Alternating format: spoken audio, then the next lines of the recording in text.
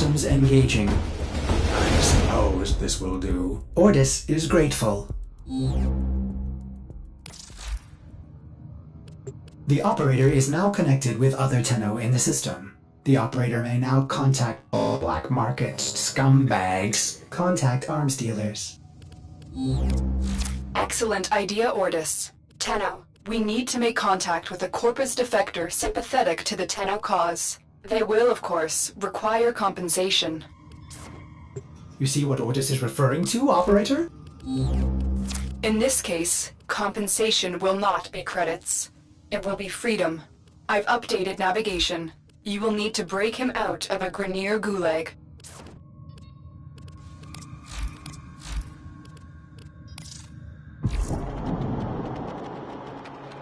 Hello there. So, first time then. Drusus Leverian. Welcome to my humble cabinet of curiosities. Drop any donations in the little box. Now, the Leverian is a bit of a work in progress, but please do look around. I only ask you be gentle with the collection. The displays are quite valuable, quite rare, and some may still be armed.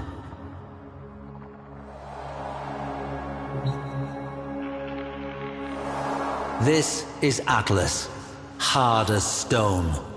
Is it any surprise that his story begins with an asteroid?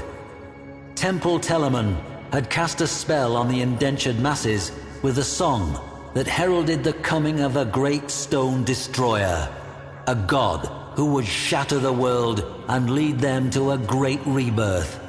The Orokin mocked the cult's off-key singing, their spasmodic dancing, but the spell only grew stronger. Telemon broadcasts would oftentimes wedge into control channels to spread their doomsday message. For the suffocated lower castes, the notion of something more powerful than their Orokin masters must have been intoxicating. A brutal Orokin crackdown seemed to be working, until an asteroid was detected on a collision course with Earth. The Telemons celebrated it as prophecy writ true, divine intervention. For the first time in living memory, the Orokin showed vulnerability. It did not matter that the destruction would be total. For the Temple, this was a sign of a new age.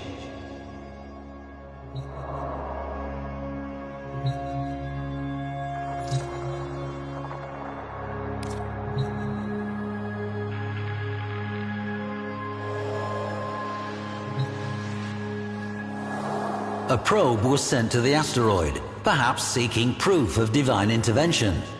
It found intervention, though it was anything but divine. The rock had been fitted with colossal steering thrusters, and manning those thrusters, a bevy of well-armed Telemon. Having taken fate into their own hands, they set about a final convulsive dance aboard that rock.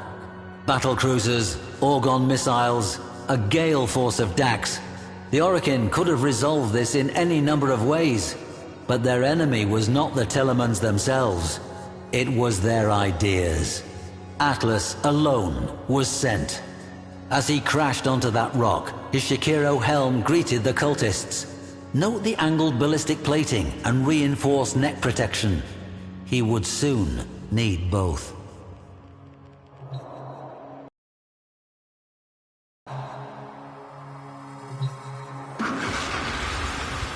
For years, historians felt this tale of Telemon quite improbable, an artifact of Orokin propaganda myth. Then, on our system's outer edge, we found a debris field of small rocks and dust in a lazy elliptical orbit. Upon these rocks, we find the remains of peculiar stone statuary. The petrified figures, clearly temple members, have been frozen into a tableau of struggle and death. Or was it perhaps a dance? This remarkable find forces us to rethink the entire tale as fact.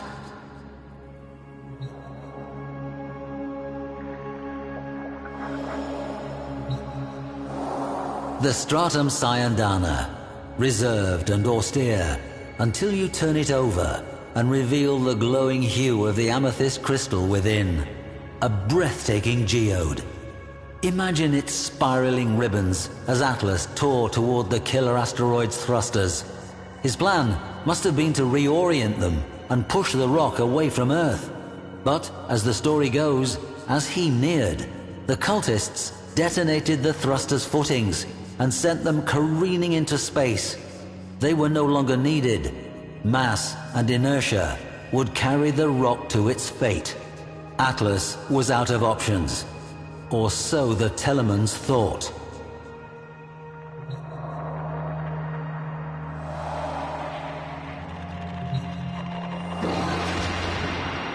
The Techo are perhaps my favorite pieces in this gallery.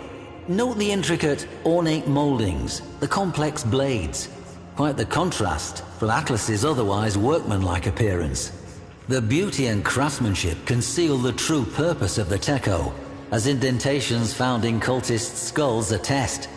I have to wonder what frenzied dance would have been interrupted, or if the whiplash strikes and jabs of the Techo might have blended into the crowd's fitful celebration.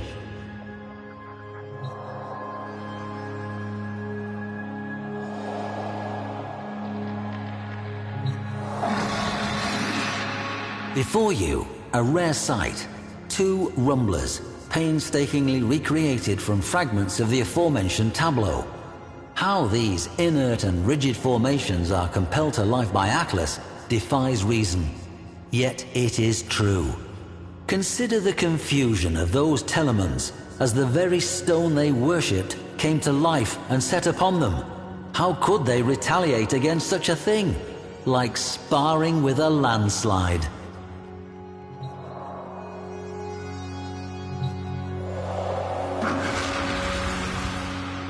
Earth swelled on the horizon as the cult mocked Atlas with their chorus, "The stone shall shatter all." Across the system, every Teleman echoed that final hymn. Children, as far as Neptune, turned their heads from greasy broth and gazed toward Earth. Would that careening stone change everything? Atlas kneeled down, head and hands pressed to the ground in apparent defeat as the Telemon's hymn grew even louder. But Atlas was listening, feeling, the way the stone trembled to the hymn's pitch. The faults within the asteroid became vivid to him, and so a new song rose up. Rumblers, erupting in a godlike rhythm, beating along the faults until Atlas, alone, struck the final resonant chord. A tremor forked through the rock until, all at once, the great asteroid exploded, its dust falling as scintillating rain, sparking across the atmosphere, and then gone. The Telemon's song fell silent, and children, as far as Neptune, turned away and swirled their spoons in greasy broth.